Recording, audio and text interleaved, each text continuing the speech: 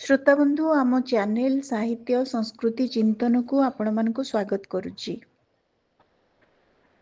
जड़े साहित्यिकर कृति से जुग पाखरे ऋणी एवं से जुग मध्य से साहित्यिकर कृति निमंते बेस परिचिति हासिल करिथाए।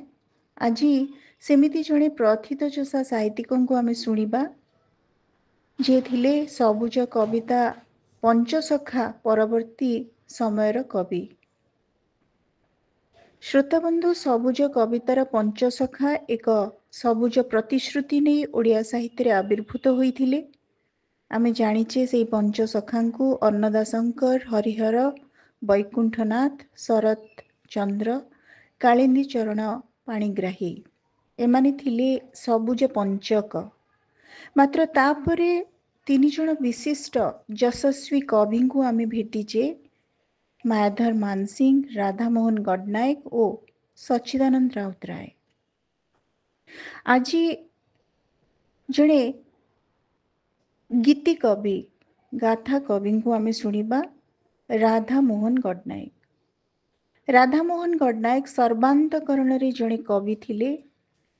1911 मसीहारे अनुगुल जिलार लिंगरा नदी कूल अवस्थित कलंडापाल ग्राम रे पिता महादेव गडनायक एवं माता गोलकमणि देई कूल मंडन कर भूमिष्ठ होइथिले।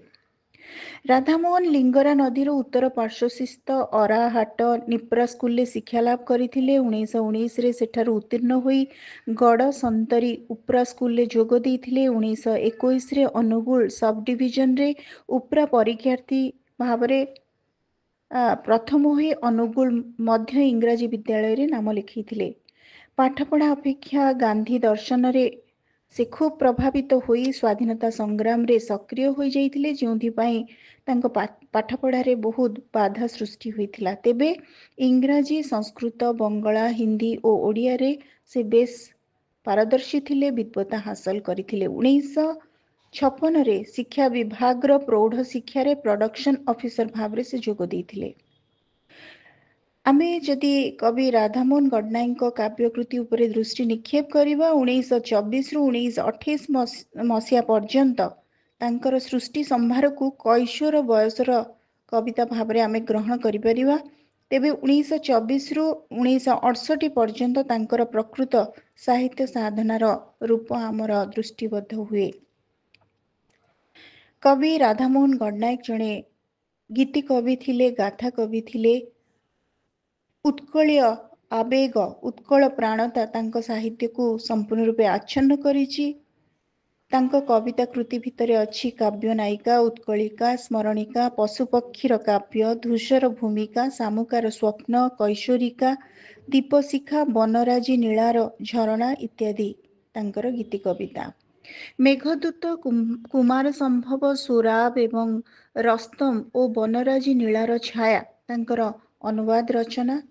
नुआ दिल्ली प्रकाशित कारावान मासिक पत्रिकार 1960 सेप्टेम्बर संख्यारे राधामोहन गडनायक शीर्षक रे एक आलोचनात्मक निबंध रे तांको संपर्क रे उल्लेख थिला। Radhamohan Gadanayak is one of the leading living Oriya poets. His poetry makes a new milestone in the development of the Oriya lyric and in both its emotional content and naturalness. His poetry is marked by originality, imagination, breadth of vision and depth of thoughts. He is the poet of the soil.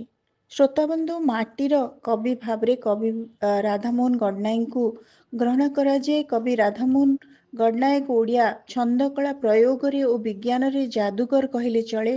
Doctor Mansingh तांको history of Oriya literature रे सेथिपई लिखिचंती he is now considered the greatest meterist in Oriya literature.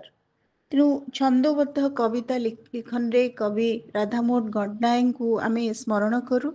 आज राधामोहन गडनायकर किछि सुंदर कविता तन्मध्य रही ललिता, पिंगलार अभिसार, उर्मिला, दीनकृष्ण दास एतिकी आपण मानकु पढ़ी सुनैबी। आमर परवर्ती ऑडियो रे उत्कलिका କାବ୍ୟ ସନ୍ନିବେଶିତ ଅନେକ କବିତା ଆମେ ଶୁଣିବା, ତାର ଚର୍ଚ୍ଚା ମଧ୍ୟ ଆମେ କରିବା। ଧନ୍ୟବାଦ।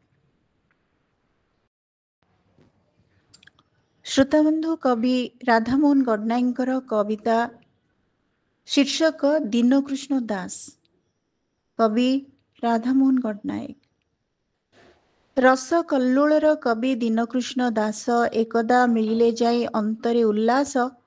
ରସ କଲ୍ଲୋଳର କବି ଦୀନକୃଷ୍ଣ ଦାସ, ଏକଦା ମିଳିଲେ ଯାଇ ଅନ୍ତରେ ଉଲ୍ଲାସ। କବୀନ୍ଦ୍ର ଉପେନ୍ଦ୍ର ପାଶେ କାବ୍ୟ ଉପହାର, ଦେଇ ମନେ ମନେ ପ୍ରୀତି ଲଭିଲେ ଅପାର। ଭଞ୍ଜ କବିବର ତହୁଁ ପ୍ରଗଳ୍ଭ ରଭସେ, କାବ୍ୟପାଠ ଶେଷ କରି କହିଲେ ହରସେ। ପ୍ରୀତ ମୁହିଁ ପାଇ ତବ ପ୍ରିୟ ଅବଦାନ, ଆହେ କବି କିବା ଦେବି ତାର ପ୍ରତିଦାନ। ସୁନ୍ଦର କବିତା ତବ ମନ ମୋହକାରୀ, ସୁନ୍ଦର କବିତା ତବ ମନ ମୋହକାରୀ। ମଧୁର ବିଧୁର ମୃଦୁ କାନ୍ତ ପଦାବଳୀ, କିନ୍ତୁ ତହିଁ ରହିଛି ଯେ କ୍ଷୀଣ ବ୍ୟତିକ୍ରମ। ଭାବୁଅଛି ପୂର୍ଣ୍ଣଚନ୍ଦ୍ରେ କଳଙ୍କର ସମ। ଯେଉଁ ବର୍ଣ୍ଣ ଆଦି ରଖି ଆହେ ପ୍ରିୟବର, ରଚିଅଛ କାବ୍ୟ ତବ ମନୋଜ୍ଞ ସୁନ୍ଦର। ସେଇ ବର୍ଣ୍ଣ ଆଦି ରଖି ଗ୍ରନ୍ଥଟିର ନାମ, ଦେଇଥିଲେ ହୋଇଥାନ୍ତା ଅତି ଅଭିରାମ। ଭକ୍ତ କବି ଚକ୍ଷୁମୁଖ ଉଠିଲା ଉଜ୍ଜ୍ୱଳୀ, ଦୀପ୍ତରାଗେ ଲୋମେ ଲୋମେ ଉଠିଲା ସଞ୍ଚରୀ। ହର୍ଷ ଶିରୀ କଣ୍ଠବୀଣା ସୁମଞ୍ଜୁଳ ତରେ, ଝଙ୍କାରି ଉଠିଲା ଧୀର କମନୀୟ ସ୍ୱରେ। ସେଇପରି ମୁହିଁ ଅବିକଳ ଭାବିଥିଲି ମନେ ମନେ, ଆହେ କବିବର କେଳି କଲ୍ଲୋଳ ମୁଁ ତାର ଦେଇଥିଲି ନାମ। ତିଳେ ତୃପ୍ତ ହେଲା ନାହିଁ ତହିଁ ମୋର ପ୍ରାଣ, ତିଳେ ତୃପ୍ତ ହେଲା ନାହିଁ ତହିଁ ମୋର ପ୍ରାଣ। କିଏ ମୋର କାନେ କାନେ କହିଦେଲା ନାହିଁ, ହେଲା ନାହିଁ ନାମ ତେଣୁ ଦେଲି ବଦଳାଇ। କେଳି ନୁହେଁ କାବ୍ୟେ ମୋର ରସ ଖାଲି ରସ, ଲଙ୍ଘି ନ ପାରିଲି ମୁହିଁ ରସର ସ୍ପରଶ। ରସ କଲ୍ଲୋଳର କବି କହିଲେ ଯେ ବାଣୀ, ଭଞ୍ଜ କବି ପ୍ରାଣେ ତାହା କେମନ୍ତେ କେଜାଣି। ଛୁଇଁ ଦେଲା କବି ପୁଣି ମନ୍ତ୍ରମୁଗ୍ଧବତ, ଆହୁରି ଆହୁରି ବାରେ ପଢ଼ିଲେ ସେ ଗ୍ରନ୍ଥ। ଅନ୍ତରେ ଅନ୍ତରେ କବି କଲେ ପ୍ରୀତି ଲାଭ, ସ୍ତରେ ସ୍ତରେ ପରଶିଲେ ରସର ପ୍ରଭାବ। ସକଳ ନୟନେ ତହୁଁ ଗଦ ଗଦ ଭାସେ, କହିଲେ ଉଚ୍ଛ୍ୱାସ ଭରା ରସର ଉଲ୍ଲାସେ। ସତ୍ୟ କବି ରସର କଲ୍ଲୋଳ, ଖେଳୁଅଛି ତବ ଗ୍ରନ୍ଥେ ହୃଦୟ ବିଭୋଳ। ହେଉଅଛି ଆଚମ୍ବିତେ ସେ ଯେ ବ୍ୟତିକ୍ରମ, ନୁହେଁ କିଛି ଭାବୁଅଛି ତାହା କ୍ଷୀଣତମ। ପୂର୍ଣ୍ଣ ଶଶୀ ଯେତେବେଳେ ଜ୍ୟୋତ୍ସ୍ନାର ଜୁଆର, ସୃଜି ଦିଏ କିଏ ତେବେ କଳଙ୍କ ତାହାର। ମନେ ରଖେ ବୁଝୁଅଛି ଏବେ ଏ ହୃଦୟ, ମନେ କିଛି ନ ଘେନିବ ଆହେ ରସମୟ। ପ୍ରିୟ ବନ୍ଧୁ ଉତ୍ତରିଲେ ଦୀନକୃଷ୍ଣ ଦାସ, କରୁଛି କି ମତେ ପରିହାସ। ରସମୟ କୃଷ୍ଣ ମୋର କାବ୍ୟର ନାୟକ, ଦୀନକୃଷ୍ଣ ଦାସ ମୁହିଁ କେବଳ ଗାୟକ। ରସମୟ କୃଷ୍ଣ ମୋର କାବ୍ୟର ନାୟକ, ଦୀନକୃଷ୍ଣ ଦାସ ମୁହିଁ କେବଳ ଗାୟକ। ଶ୍ରୋତାବନ୍ଧୁ, ଆମେ ଶୁଣୁଛି କବି ଗଡ଼ନାୟକଙ୍କୁ ତାଙ୍କର ଦୀନକୃଷ୍ଣ ଦାସ ଶୀର୍ଷକ କବିତା ଶୁଣିଲେ। ବର୍ତ୍ତମାନ ଆମେ ଶୁଣିବା ତାଙ୍କର ଏକ ବହୁ ଚର୍ଚ୍ଚିତ କବିତାର ଶୀର୍ଷକ ହେଉଛି ଲଳିତା। ଦିବା ରଜନୀର ମଧ୍ୟେ ସନ୍ଧ୍ୟା ଯେସନେ ଝଳିତା, ଦିବା ରଜନୀର ମଧ୍ୟେ ସନ୍ଧ୍ୟା ଯେସନେ ଝଳିତା। ଏହି କ୍ଷଣି ବନ ଉରସେ ଛିଡ଼ା ହୋଇଥିଲ ତମସେ, ରାଧା ମାଧବର ମଧ୍ୟେ ସୁନ୍ଦରୀ ଆଗ ଲଳିତା। ତରୁଣ ଦିଓଟି ପରାଣ ନବ ପ୍ରେମ ରସ ଭୁକ୍ତା, ଦୃଷ୍ଟିର ଚଳ ଲାସ୍ୟେ ଓଠର ଦର ହାସ୍ୟେ, ଇଙ୍ଗିତେ ପରା ତୁମେ ଗୋ କରିଦେଉଥିଲ ଯୁକ୍ତ। ମିଳନ କୁଞ୍ଜ ଭବନୁ ପଦ ସଞ୍ଚାଳି ତ୍ୱରିତ, ଚାଲି ଆସୁଅଛ ରଭସେ ନିକଷ କୃଷ୍ଣ ତମସେ। ମେଦୁର ମୁଦିର ବକ୍ଷେ ଯେସନେ ସ୍ୱର୍ଣ୍ଣ ତଡ଼ିତ, ପଥକଣ୍ଟକ ବାଜିଗୋ ବିକ୍ଷତ ତବ ଚରଣ। ଜନ ଅପବାଦ ଶଙ୍କା ଚିତ୍ତେ ରହିଛି ଅଙ୍କା, ପ୍ରେମିକା ନୁହତ ଦୂତିକା କିଆଁ ଏତେ ବ୍ୟଥା ଚରଣ, କିଆ ଏତେ ବ୍ୟଥା ବରଣ। ଲଳିତା ତୁମେ ସାଧିକା,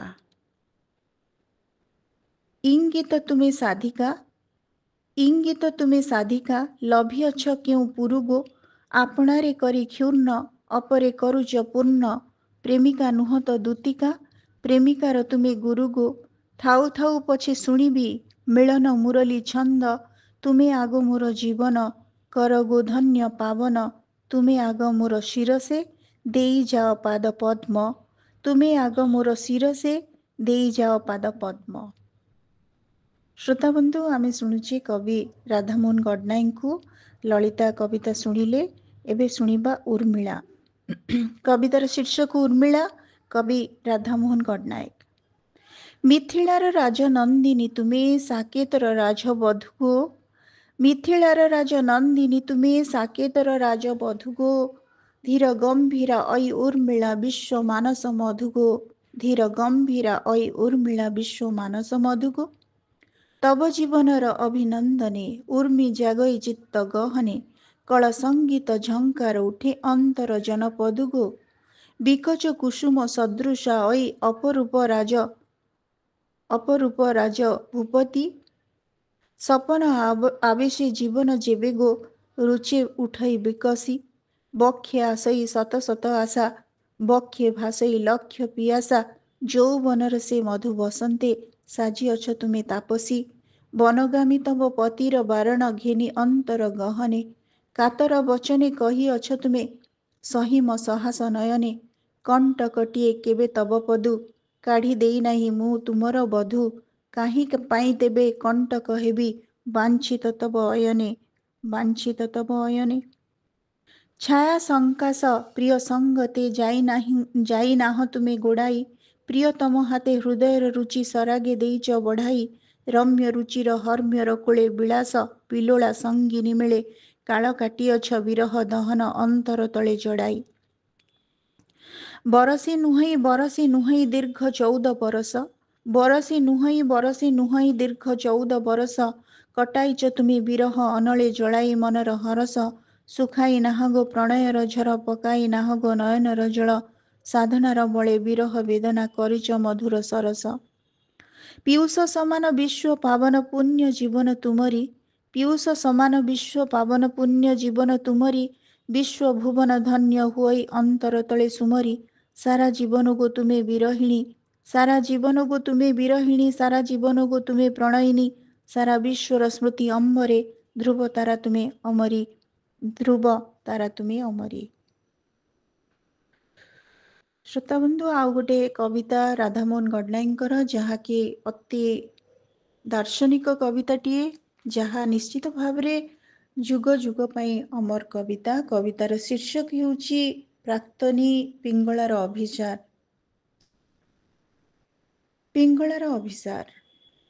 ନ ଆସିବ ଆଉ ରସିକ ନାଗର, ନ ଆସିବ ମୋର ପୁରେ, ନ ଆସିବ ମୋର ରସିକ ନାଗର, ନ ଆସିବ ମୋର ପୁରେ, ବାରବଧୂ ମୁହିଁ ପିଙ୍ଗଳା ଆଜି ଚାଲି ଯାଉଅଛି ଦୂରେ, ଫୁଲ ସେଜ ଆଉ ସଜାଇବି ନାହିଁ ନିତି ରାତି ସାରା ବସି, କେଳି ଦୀପ ଆଉ ଜାଳିବି ନାହିଁ ମୁଁ ଶୂନ୍ୟ ସୁଆଗେ ରସି, କାହା ଆଗେ ଆଉ ଦେଖାଇବି ନାହିଁ ପୀରତିର ଅଭିନୟ, ନିଶାର ଅସାର ସ୍ୱପ୍ନ ସମାନ ସକଳ ଭଜିବି ଲୟ, ମରମୀ ମୋହର ଲଭିଅଛି ଆଜି ଦିବ୍ୟ ପରମ ଧନ, ମରମୀ ମୋହର ଲଭିଅଛି ଆଜି ଦିବ୍ୟ ପରମ ଧନ, ମରତ ପଥର ଅମର ବନ୍ଧୁ ଅନ୍ତର ବିମୋହନ, ଏ ମୋର ଜୀବନ, ଏ ମୋର ଜୀବନ ପଙ୍କ ଭରସେ ଫୁଟିଅଛି ଶତ ଦଳ, ଏ ମୋର ଜୀବନ ପଙ୍କ ଉରସେ ଫୁଟି ଅଛି ଶତ ଦଳ, ରିକ୍ତ ଏ ମୋର ସୁକ୍ତି ଗରଭେ ଫଳିଛି ମୁକ୍ତା ଫଳ, ଲୋଡ଼ା ନାହିଁ ମୋର ଧନ, ଲୋଡ଼ା ନାହିଁ ମୋର ଧନ, ସମ୍ପଦ ମଣି କାଞ୍ଚନମାଳା, ଲୋଡ଼ା ନାହିଁ ମୋର ବିଳାସ କୁଞ୍ଜ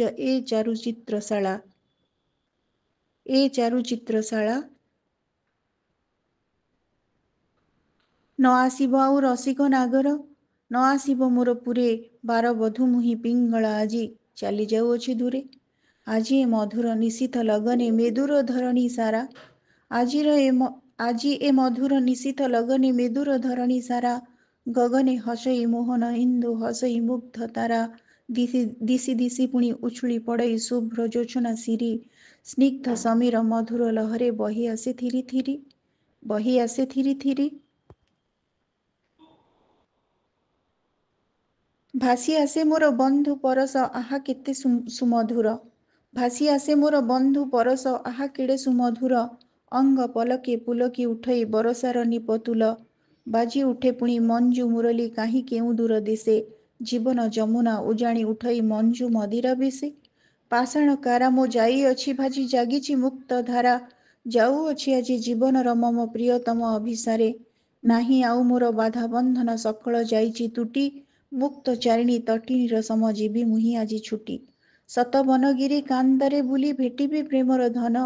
ବନ୍ଧୁ ମୋ ପ୍ରେମ ସିନ୍ଧୁ ଚରଣେ ଢାଳି ଦେବି ଏ ଜୀବନ। ଢାଳି ଦେବି ଏ ଜୀବନ। ନୁହଁଇ ମୁଁ ଆଜି ବିଦେହର ନଟି ନୁହେଁ ବାର ବିଳାସିନୀ। ଜଗତର ପଥେ ଯାଉଅଛି ଆଜି ପ୍ରେମର ସନ୍ନ୍ୟାସିନୀ। ନୁହଁଇ ମୁଁ ଆଜି ବିଦେହର ନଟି ନୁହେଁ ବାର ବିଳାସିନୀ। ଜଗତର ପଥେ ଯାଉଅଛି ଆଜି ପ୍ରେମର ସନ୍ନ୍ୟାସିନୀ। ମୁକ୍ତ ଭୁବନେ ବୁଲିବି ହରସେ ମୁକ୍ତ ଆକାଶ ତଳେ। ଧୋଇବି ପ୍ରାଣର କଳୁଷ କାଳିମା ତିକ୍ତ ଲୋତକ ଜଳେ। କ୍ଷୁର୍ଣ୍ଣ ଏ ମୋର ଯୌବନ ଧନ ପୂର୍ଣ୍ଣ ଏ ମୋର ରୂପ। କ୍ଷୁର୍ଣ୍ଣ ଏ ମୋର ଯୌବନ ଧନ ପୂର୍ଣ୍ଣ ଏ ମୋର ରୂପ। ପିରତି ଅନଳେ ଜାଳି ପ୍ରିୟ ଲାଗି କରିବି ଆରତି ଧୂପ। ଉଷା ଉଷସୀର ଗଗନେ ଦେଖିବି ବନ୍ଧୁର ରୂପ ବିଥି। ଗଗନେ ଭୁବନେ ପବନେ ପବନେ ଶୁଣିବି ମୁରଲି ଗୀତି। ଜ୍ୟୋତ୍ସ୍ନା ନିଶିର ପୁଲକେ ପିଇବି।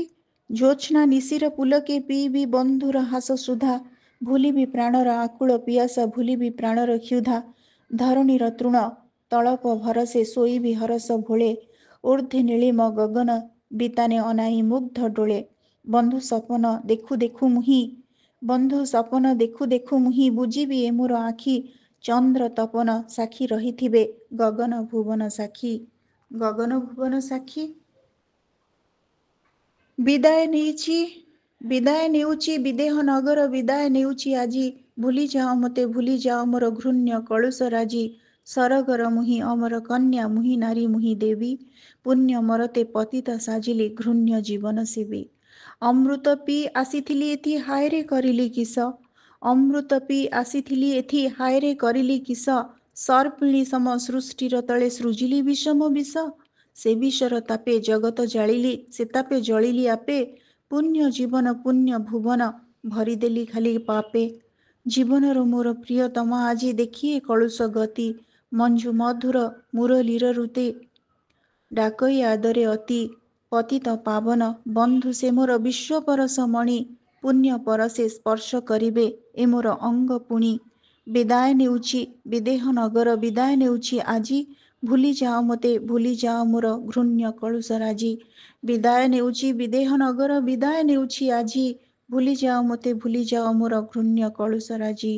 ଘୃଣ୍ୟ କଳୁଷ ରାଜି। ଶ୍ରୋତାବନ୍ଧୁ, ଆମେ ଆଜି ଶୁଣୁଥିଲେ ଯଶସ୍ୱୀ ଗାଥା କବି ରାଧାମୋହନ ଗଡ଼ନାୟକଙ୍କୁ ତାଙ୍କର କିଛି କବିତା ଆପଣମାନଙ୍କୁ ଆଜି ମୁଁ ଭେଟିଦେଲି।